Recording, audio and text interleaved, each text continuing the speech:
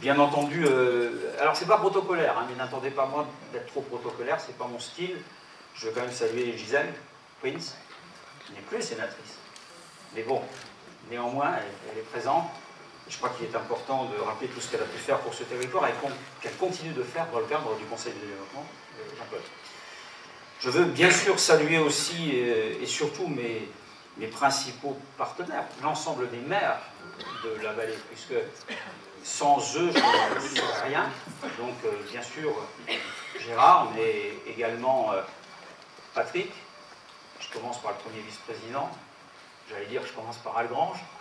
Là, je marque un point, mais bon, avec tout ce que je vais dire tout à l'heure, je vais être à moins 15 ou moins 20, au moins par rapport à son discours traditionnel, donc j'ai aucun espoir de remonter dans son estime de ce point de vue. Ensuite, mais il est à côté de lui, Jean-Pierre Serbet, qui corrigera un petit peu le tir, il le faut, hein, Jean-Pierre, un beau copain. Il y a Fabrice, bien sûr, Tange. Je ne vous dis pas de lever le doigt, hein, parce que j'ai un peu du mal à vous repérer là, dans la pénombre. Il y a également Moreno, entre deux femmes, Carla, mère de notre chef, et Lucie Kosseva, qui est également vice-présidente. Je cite quelques femmes, parce que vous remarquerez qu'il y a quand même encore beaucoup d'hommes. C'est une mixité qui s'étend progressivement, mais bon, progressivement seulement. J'en étais à Carla, je ne vois pas Fabien, je regrette, j'en reparlerai un peu tout à l'heure. Michel, Becker est là, pas moi. T'inquiète pas, je ne l'ai pas oublié, parce que je vais terminer par lui. Je ne dis pas que c'est le pire. Mais en tout cas, il y a aussi Philippe, maire, qui est voisin de la ville, effectivement, de Famec. Et puis, il y a effectivement le responsable du principal groupe qui fait que nous avons une majorité à la communauté d'agglomération, parce qu'il faut quand même une majorité, Serge Jurzac, qui d'ailleurs, dans son discours à Srémange, a été pratiquement à la hauteur de Patrick Perron, et réciproquement.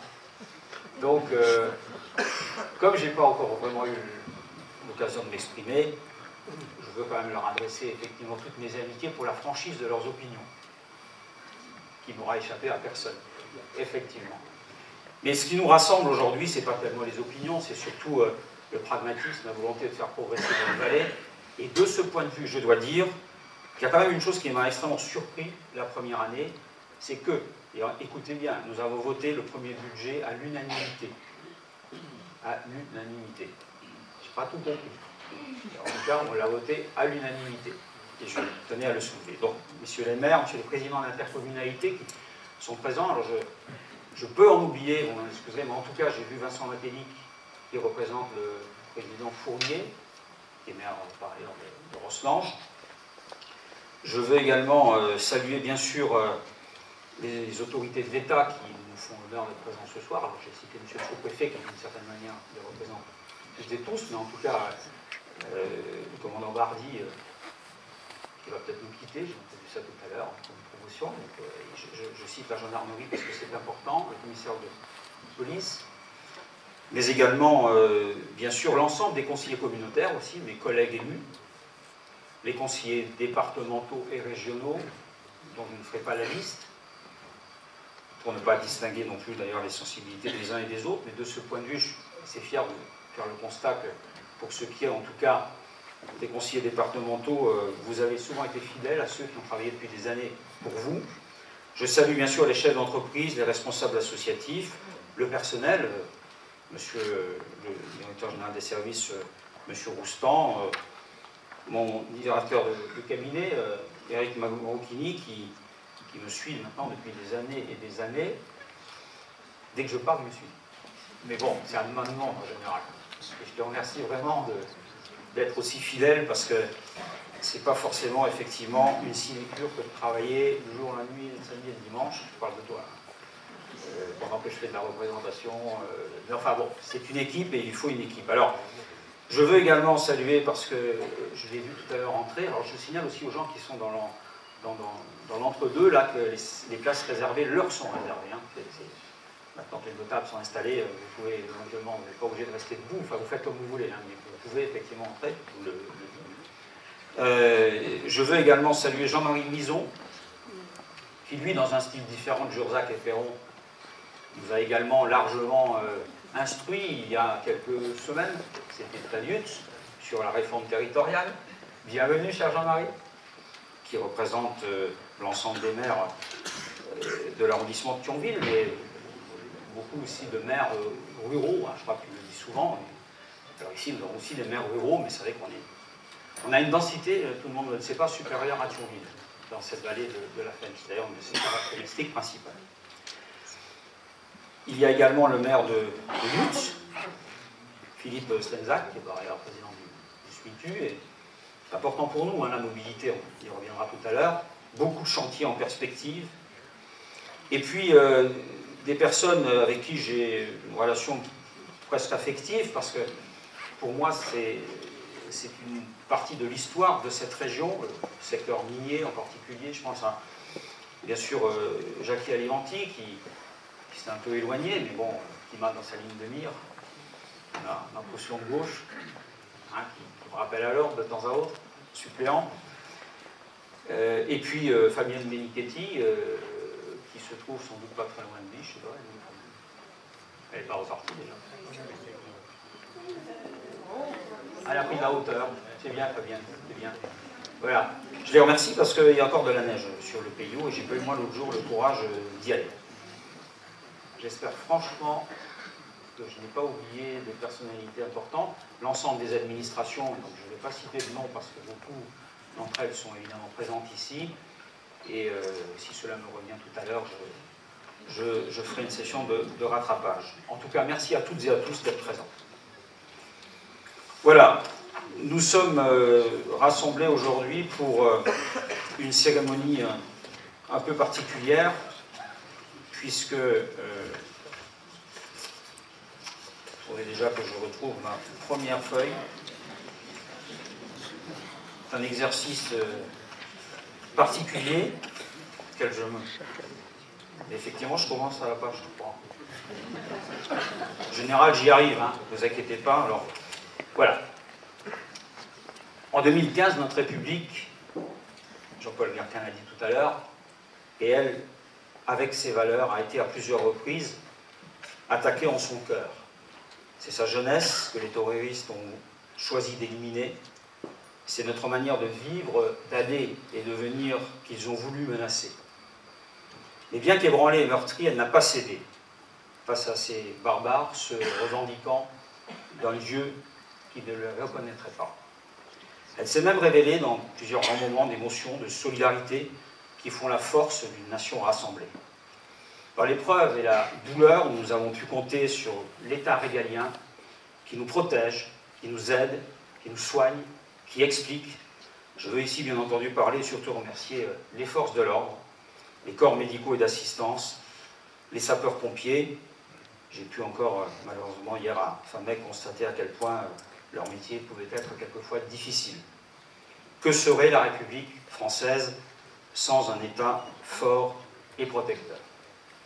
Dans l'épreuve et la douleur partagée, bien au-delà de nos frontières, car malheureusement cette guerre les dépasse, nous gardons aussi en mémoire toutes ces images d'hommes et de femmes partout dans notre pays qui ont apporté leur soutien par une bougie, par un geste tendre, par une parole douce, une image ou un dessin. Nous l'avons d'ailleurs repris ce dessin pour faire une carte de vœux dans ma commune à Famec, dessin d'enfant. Mai 2015, heureusement, n'aura pas été que cela. 2015, c'est aussi une nouvelle région. Je suis convaincu que le plus difficile ne sera finalement peut-être pas de lui donner un nom. Peut-être ce sera de lui donner un nom le plus difficile, parce que j'avais écrit, je crois, alors on ne sait plus, c'est Alca maintenant. Ce sera peut-être Grand Est, peu importe. En tout cas, je pense qu'elle sera belle. Elle est déjà belle et d'une certaine manière, nous qui sommes au milieu, nous avons toutes les raisons d'être satisfaits puisque nous pourrons aller ici et là lui rendre visite. C'est sans doute ce que nous faisions déjà. Qui n'est pas allé déjà dans l'ex-Champagne-Ardenne et dans l'ex-Alsace? C'est également un département aux compétences réduites mais essentielles, la solidarité et la fraternité. J'avais préféré la version initiale présentée par le gouvernement, qui prévoyait sa disparition au profit des intercommunalités, de mon point de vue plus proche des citoyens pour la solidarité. Mais bon, c'est ainsi, et puisque nous en sommes, j'en suis au stade des regrets, j'aurais aussi souhaité que nous allions au bout de la logique de simplification et de démocratisation en permettant l'élection au suffrage universel direct des présidents des intercommunalités. Et je sais que je suis ici sans doute minoritaire, donc je n'insisterai pas. Je tenais simplement à le dire. Mais en France, oui, on ne réforme jamais qu'à moitié, et donc ce n'est sans doute, je le pense vraiment, que partie remise. Faute de pouvoir d'ailleurs toujours changer les choses par les réformes, on fait de temps à autre des révolutions, je pense que vous avez remarqué. De temps à autre ça pète. Et puis bon, voilà, on repart à zéro avec une nouvelle république. Ou quelquefois, je pense, en tout cas en ce qui me concerne, que ça fait plus de dégâts. En tout cas, cela ne m'empêchera pas de continuer à privilégier le contact direct avec les populations de nos communes, comme je l'ai fait dès 2014, avec les maires et avec les vice-présidents qui sont là et que je salue pour leur travail, leur opiniâtreté, leur conviction. Nous irons encore expliquer ce que nous faisons dans les réunions publiques et écouter ce que les gens ont à nous dire. Tout cela pour mettre en œuvre un projet partagé et nous construire une histoire commune, différente de celle que Jean-Paul a pu tout à l'heure esquisser par les peurs des uns et des autres que certains essaient de susciter. 2015 aura été d'ailleurs l'année, Jean-Paul l'a dit également, de la validation de notre projet de territoire, ainsi qu'un magazine local l'a qualifié. Il s'agit d'un projet ambitieux mais raisonnable. Ambitieux pour rendre plus attractif ce territoire, trop souvent dépeint, sans couleur, triste pour ne pas dire larmoyant. Il nous a amené l'autre jour un livre, je ne citerai pas les auteurs, pour ne pas les mécontenter sur Florence, et nous demander de participer au financement, on ne donnera pas un centime. Parce qu'on a quand même réussi à en rajouter encore une couche, avec des jardins familiaux, avec des pneus, des ferrailles, enfin bon, voilà, l'enfer, l'enfer. Et je dis Florence, j'aurais pu dire n'importe quelle autre commune, parce que les photos parues ici et là sont quand même quelquefois très surprenantes.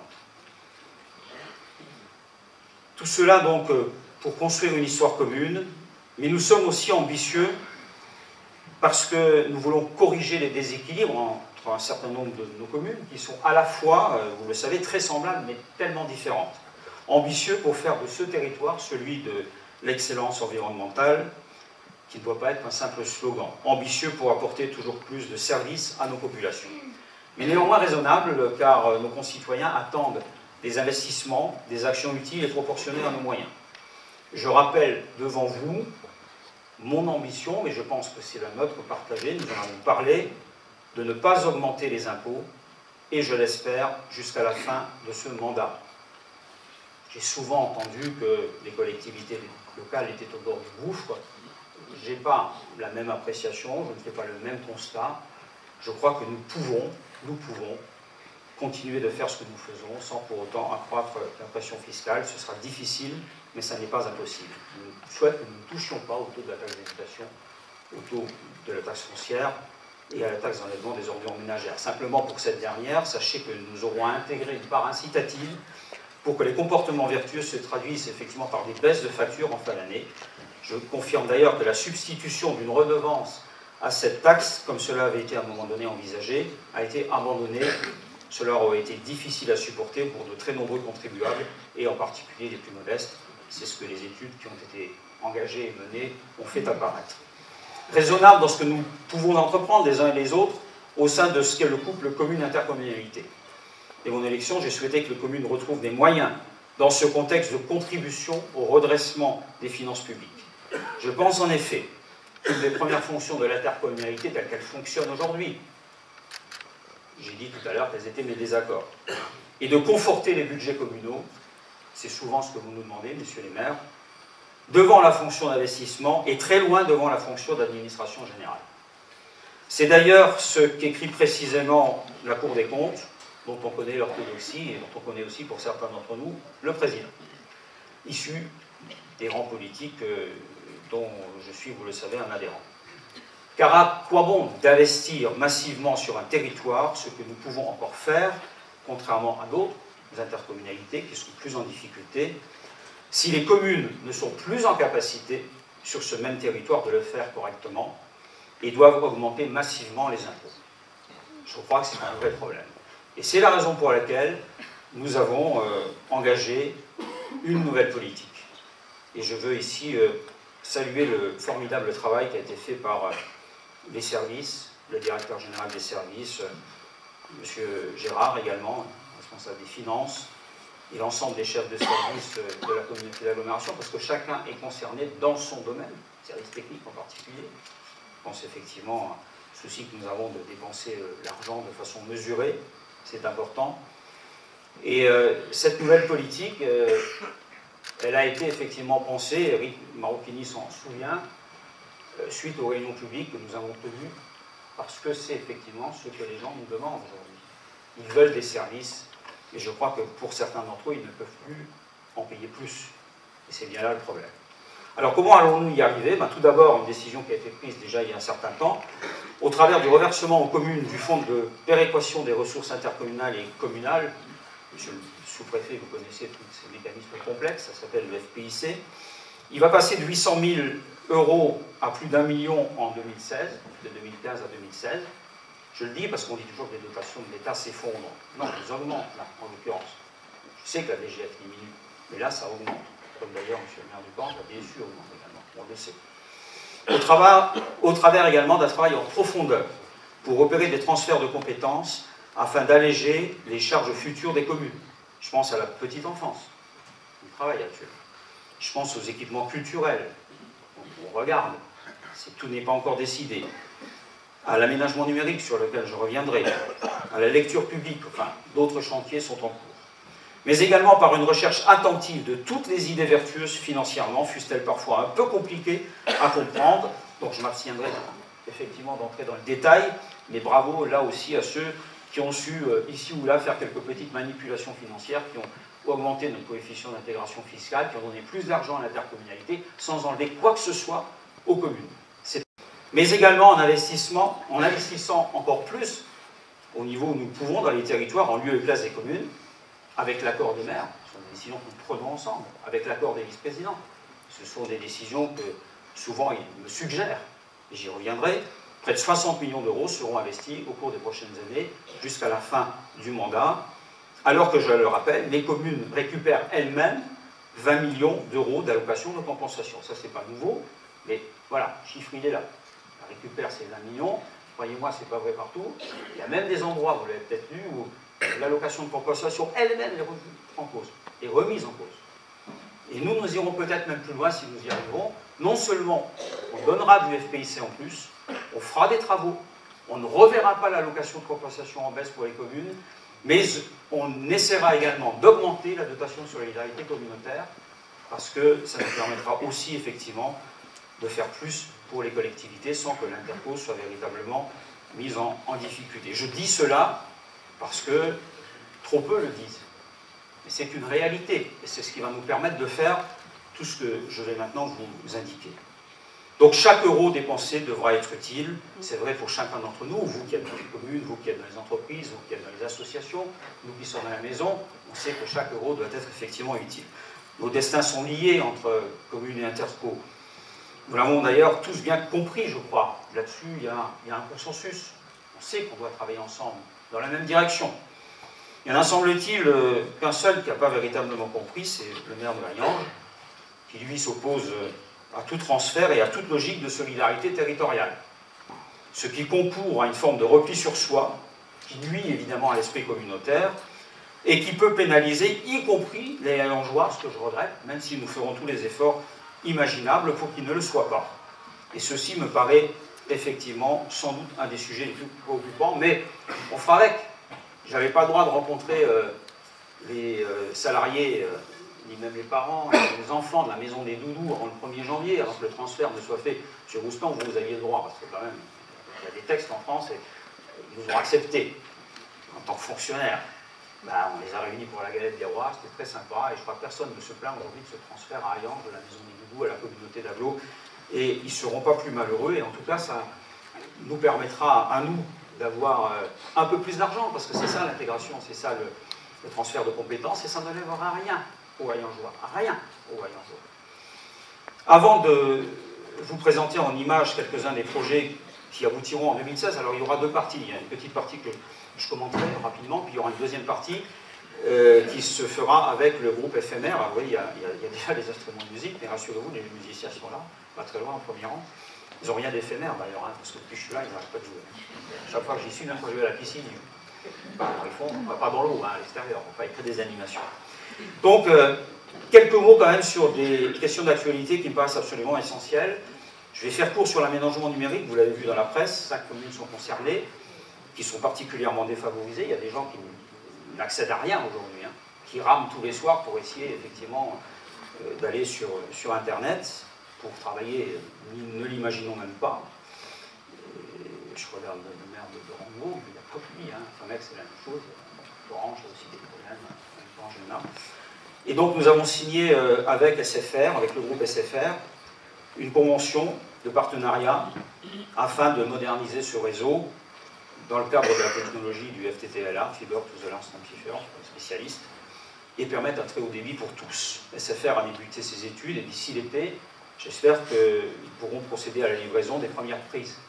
Peut-être d'ailleurs en gros, c'est pas calé encore, parce qu'on va commencer évidemment par ce qui est le plus urgent. La convention de développement en cours de négociation nous dira selon quelle géographie cela doit se faire. On est dans cette phase actuellement. Dans tous les cas, les 19 000 foyers des 5 communes, Famec, Florange, Hayange, Rango et Upange, seront couverts d'ici juillet 2018. Je me félicite de ce choix collectif. Il n'a pas été facile à faire, hein. On a eu des débats de haut niveau. Je remercie tous les maires qui y ont participé, quelquefois en contestant même cette proposition. Mais nous avons effectivement, en choisissant cet opérateur privé, fait une économie quand même de 18 millions, je le rappelle.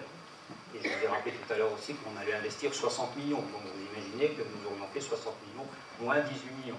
Voilà, s'il avait fallu payer en adhérant au syndicat mixte ouvert départemental, comme c'était prévu à l'origine. Pour autant, je ne suis pas dupe.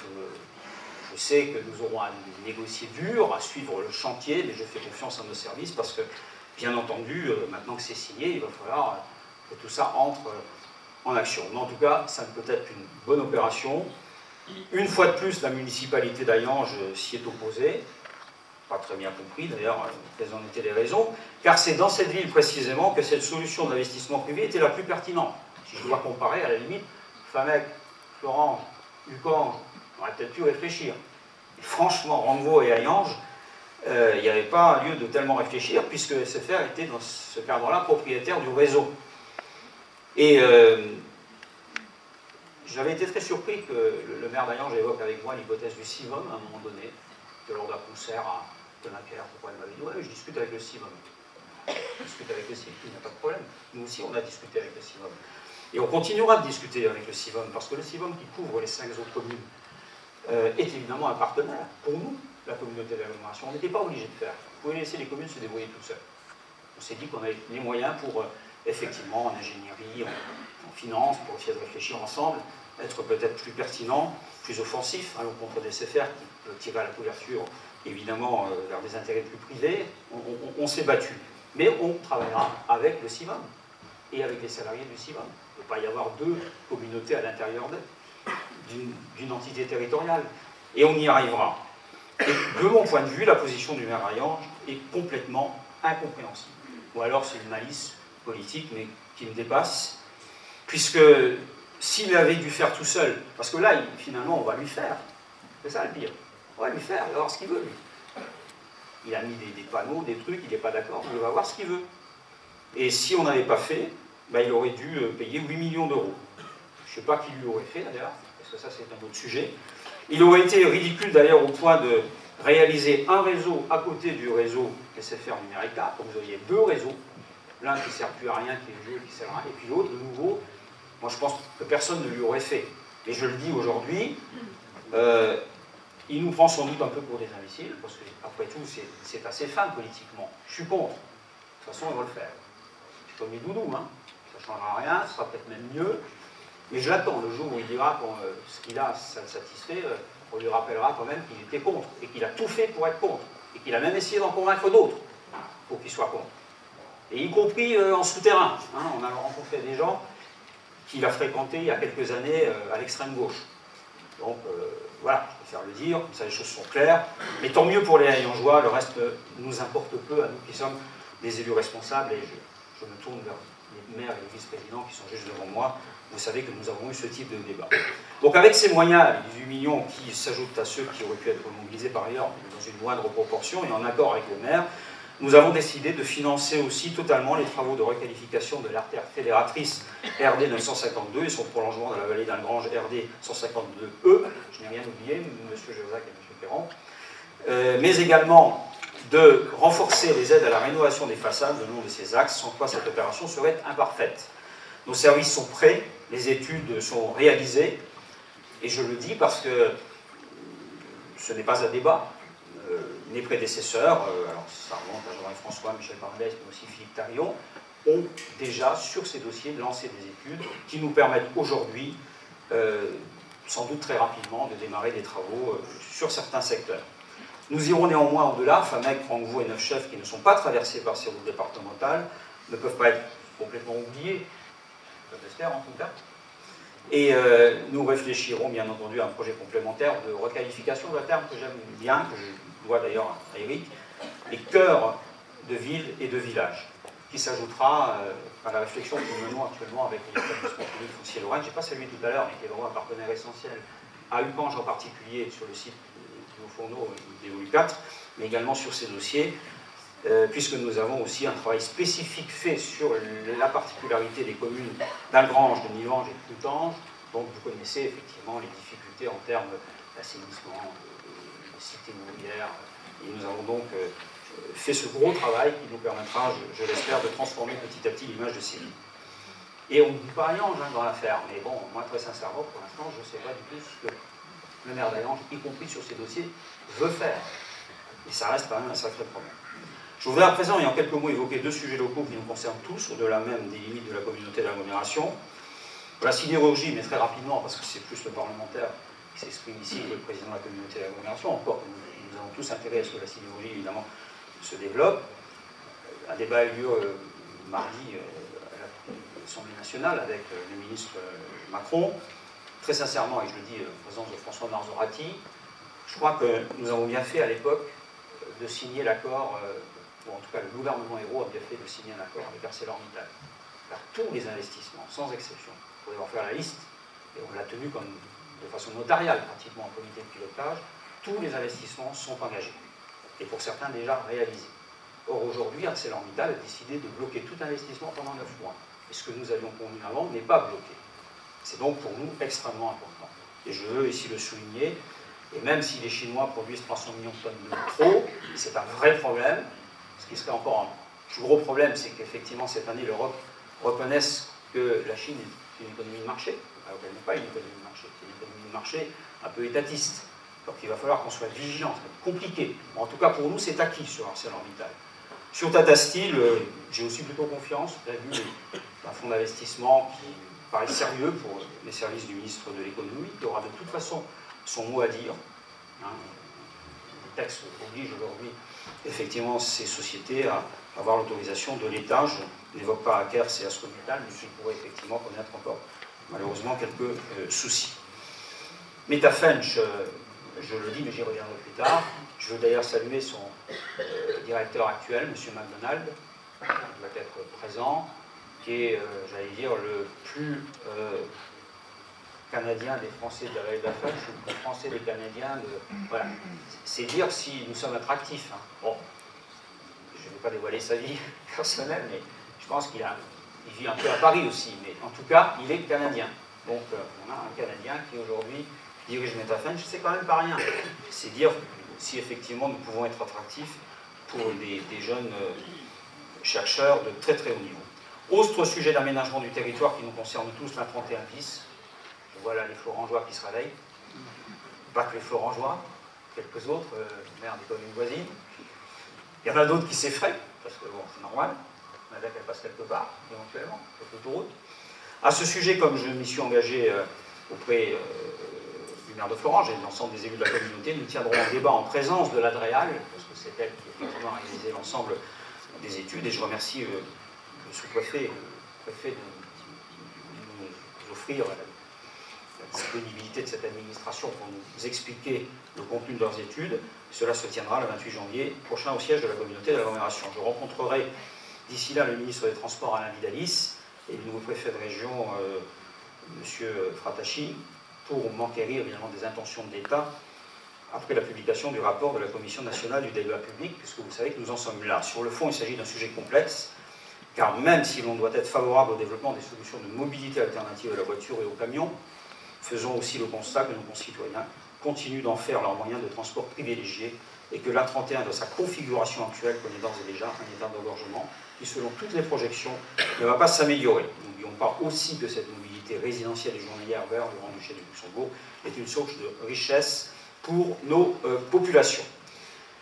Je dis cela parce que je sais aussi que cette A31 bis à Fleuranges est une vraie source d'inquiétude pour les habitants de Fleuranges. Et cela, évidemment, ne m'échappe pas, ne m'échappe à personne. Et il faudra que nous trouvions une solution tous ensemble pour que l'intérêt de ce que nous réaliserons soit supérieur, évidemment, aux inconvénients. En tout cas, le rapport de la Commission nationale du débat public relève cette question de l'acceptabilité, donc c'est déjà une première victoire, et indique que la concertation n'est pas achevée et que d'autres fuseaux doivent être étudiés. Je rappelle d'ailleurs que le comité qui s'est constitué a été reçu par une chargée de mission de l'Élysée lors de la venue du président de la République et que nous avions déjà effectivement introduit ce sujet. Mais je vais aussi rappeler un chiffre. La commission Duron, qui est un collègue député, a dû ramener de 245 milliards à 30 milliards d'euros le coût total des projets d'infrastructures de transport. On fait partie de cela. Il faut qu'on y réfléchisse, y compris avec l'agglomération thionvilloise.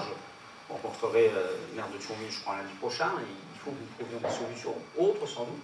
Mais en tout cas, il faudra effectivement que nous ne passions pas à côté de ce qui est quand même, sur le plan financier, mais aussi sur le plan d'opportunité, une belle opportunité, pas forcément en traversant Fleuranges, je l'ai compris, mais en tout cas, une belle opportunité pour permettre aux gens de circuler normalement. Très sincèrement, la situation n'est pas satisfaisante aujourd'hui. Elle n'est pas au Luxembourg, et elle n'est pas non plus des maires de Fleuranges que je vois, ou d'Ayange qui n'est pas là. Il y a des élus d'Ayange, heureusement, vous pourrez en attester, puisque, très sincèrement, le soir, c'est infernal quand on sort de l'auto. Chacun peut en faire le constat. Voilà, nous allons passer à quelques évocations peut-être plus illustrées maintenant. Alors, bon, j'ai une première photographie, c'est nous tous, notre territoire. Là, nous sommes, alors, trois parties, une partie environnement, une partie économie, et puis une partie aménagement. Alors, sur l'environnement, je voulais simplement vous signaler, Jean-François Ménès, qui est juste là, par hasard, on a été effectivement un acteur efficace. On va récupérer ce bâtiment ThyssenKrupp pour y accueillir à la fois les camions, mais également les personnels, pas au même endroit, tout ça va être aménagé, évidemment. Et puis, je salue là le travail assez fantastique qui a été fait en termes de recherche de conditions de travail. Vous dire également que l'on va s'étendre petit à petit la régie. On intervient déjà en niveau, mais on interviendra sans doute sur les secteurs qui sont couverts par CITA dans le futur. Donc c'est plutôt une progression du service public dont on doit se féliciter. Donc je fais confiance à Jean-François, à Serge Jurzac, qui se connaissent très bien et qui mèneront ensemble ce dossier. Boucle verte et bleue, Famec, Florent-Jucange. Je ne vais pas être long, profitez-en. Il y a 35 km de pistes de vélo pour tous les âges. Ça coûtera 434 000 €. Enfin, on est plutôt en finition. C'est un projet qui est déjà ancien, donc beaucoup le connaissent. Et donc, allez-y, je vous y invite. Inauguration de la nouvelle zone paysagère de Ranguevaux. Il y avait déjà quelques espaces paysagers, la Rotonde, Sainte-Neige également, Sainte-Barbe, qui avait été traité. Là, on est effectivement à la sortie de Famec vers Ranguevaux. Vous y trouverez une zone naturelle humide avec la possibilité d'y apprendre des choses sur la faune, la flore locale à travers des panneaux pédagogiques. Cela sera inauguré vers le mois d'avril-mai. Nous en arrivons à l'inauguration de la nouvelle déchetterie éco-centre de Florence. Alors là, moi j'ai le souvenir qu'on en parlait déjà il y a 10-15 ans, peut-être même avant d'ailleurs, c'est sans doute la première grande déchetterie de la Moselle, du département. Donc, félicitations à toutes celles et à tous ceux qui y ont contribué. 1 226 000 € de travaux supplémentaires, 80 000 usagers en 2014. Je crois que c'est la plus fréquentée de Moselle encore aujourd'hui. Voilà, donc là nous en arrivons aux travaux des bassins de rétention de Knutange avec 14 000 mètres cubes qui... Voilà, on entre dans le vif du sujet avec Hayange à nouveau. Hein. On commence par cela, mais c'est absolument nécessaire. Hein. Il y a un programme d'action et de prévention des inondations qui est absolument indispensable, on ne peut pas passer à côté. C'est dans l'intérêt de nos populations, on commence par là, mais il faudra le faire partout sur l'ensemble évidemment de la vallée. Nous passons à l'économie. Métafench, j'en ai déjà dit quelques mots, mais enfin bon, un gros partenariat entre le PFL et la communauté d'agglomération, d'ailleurs sur tous les sujets, hein, en permanence, effectivement, ils font une partie des travaux, on fait une autre partie. Et voilà, ça progresse. Je pense que le président de la République, s'il le veut, en tout cas, pourra revenir pour inaugurer. Le maire du Cange ne s'en plaint pas trop du tout, puisque la régie va fournir un peu d'électricité, c'est très consommateur d'énergie. Bon, c'est aussi des très très gros budgets, là, on n'est pas loin des 2 millions hors taxes.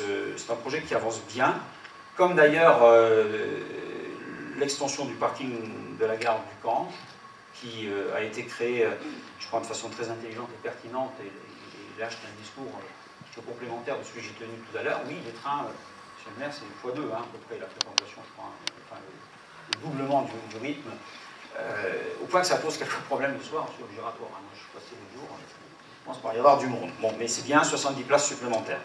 Déploiement du réseau très haut débit, j'y reviens pas, c'est simplement pour mémoire, vous avez la photo sous les yeux. Bâtiment de la Felletière, installation d'un cabinet dentaire. Bon, j'ai un peu dévoilé le truc il y a 2 jours après, mais voilà, comme ça, bon. J'espère que... Alors, bon, je rappelle simplement que dans ce bâtiment qui était à l'occasion, qui avait été imaginé par Michel Paradis à l'époque, à juste titre, hein, comme un centre d'appel, finalement, avec un bâtiment qui aujourd'hui nous rend un énorme service, puisque nous l'avons spécialisé médical, avec un cabinet de radiologie, la médecine du travail, peut-être, si l'ARS ne s'y oppose pas, donc ce cabinet de 12 dentistes, avec scanner, enfin, plutôt très performant sur le plan technique, et puis à côté une maison médicale qui pour l'instant est occupée à 50-60% en termes de prévision. On est quelques-uns à en faire dans la vallée des maisons médicales, mais là effectivement je crois que c'est une belle utilisation de ce bâtiment qui par ailleurs a été repeint, vous l'avez déjà constaté. ZAC de la Paix à Algrange, c'est aussi un projet ancien, en termes d'études en tout cas. Alors il est ancien déjà parce que c'était la SMK il y a 30 ans, hein. Certains s'en souviennent, mais évidemment on n'en est plus là. Malheureusement, ils nous ont laissé des galeries, des fondations, des friches, enfin, vraiment compliqué. Mais nous avançons, et nous avançons tellement bien que nous allons pouvoir lancer la procédure de zone d'aménagement concerté, ça c'est important, parce que ça veut dire véritablement que ce ne sera pas qu'un lotissement. Il faudra vraiment avoir un budget, en recettes, en dépenses, on va pouvoir engager pleinement la collectivité publique. On va faire des choses utiles. Alors je veux saluer ici, m'excuserez d'insister, mais pendant 10-15 ans, on n'a pas avancé, notamment avec ce problème des nomades sédentarisés. Jean-Pierre Servet a fait, je crois avec d'autres, hein, mais les services, un extraordinaire boulot au point d'aboutir à une possibilité de les reloger définitivement dans des logements HLM, alors que jusqu'à présent, ils n'entrevoyaient pas cette possibilité. On a même aujourd'hui des rentrées d'argent, en tout cas, compris qu'il y avait un mécanisme. On ne pouvait pas tout avoir sans rien donner, et donc c'est sûr que s'ils n'étaient pas partis, on aurait sans doute eu du mal, monsieur le maire d'Algrange, à aménager cette zone. Donc c'est vraiment une première victoire. La deuxième victoire peut-être, j'espère que ça aboutira, c'est le transfert du supermarché d'Algrange, qui se trouve effectivement, qui passera en quelque sorte de l'autre côté, tout en s'agrandissant, donc ça c'est fantastique. Et ceci étant fait, je pense qu'on pourra en faire, c'est l'objectif, un bel écoquartier, avec des secteurs qui peuvent être aménagés, et pourquoi pas aller peut-être jusqu'à 500 logements, c'est pas rien parce que c'est aussi des ressources pour les communes. On rappelle que c'est aujourd'hui tout ce qui nous reste à peu près pour accroître les ressources. Donc une belle opération qui démarre. Lotissement adapté pour les sédentaires, moi je l'ai mentionné, voilà, on a fait le va-et-vient avec Dominique Zaccaro, on peut passer à la suite, éclairage du rond-point à 30, je ne serai pas long là, bon voilà, je pense qu'on fera un débat avec l'État, enfin bref, on va le faire. Aménagement de la RD 952, c'est plutôt pour que vous revoyiez quelques photos de ce que ça pouvait donner, je vous en ai parlé tout à l'heure. Aménagement dans le cadre d'Évolu 4, Là aussi, on passe à la vitesse supérieure. C'est vrai que MetaFench nous a un peu aidé. Il y aura sans doute une possibilité de communiquer entre l'accueil qui se fera, on l'a aussi décidé collectivement dans les anciens grands bureaux. Je crois que c'est une excellente chose. Et on pourra passer directement du côté de la gare. En tout cas, nous avançons bien sur ce dossier.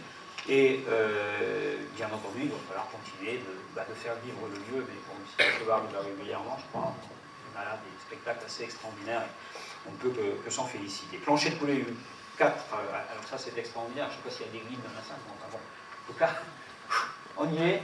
Ils vont enfin pouvoir expliquer comment fonctionne un haut fourneau réellement, puisque sans le plancher de poulet, c'était compliqué de l'extérieur d'expliquer comment ça fonctionne.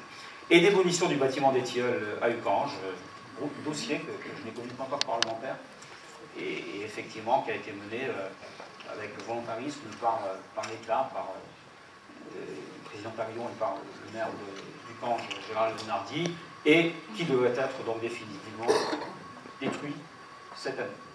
Voilà, par la technique, je crois que c'est après des amiantages du grignotage. Hein, voilà. Petit à petit, ça va descendre, il n'y aura pas d'explosion. Voilà. Écoutez, j'en ai terminé pour la... Non, il y a ça, la maison de la justice et du droit. Je ne voulais pas trop en dire aujourd'hui, parce que je crois que, comme c'est un établissement judiciaire, pas forcément autorité, mais je crois qu'à la rentrée du tribunal, ce vendredi, les autorités judiciaires en parleront, je crois, en bien, qu'on puisse dire. Et donc, on peut être très fiers de ce nouvel outil à la disposition des populations. Alors maintenant,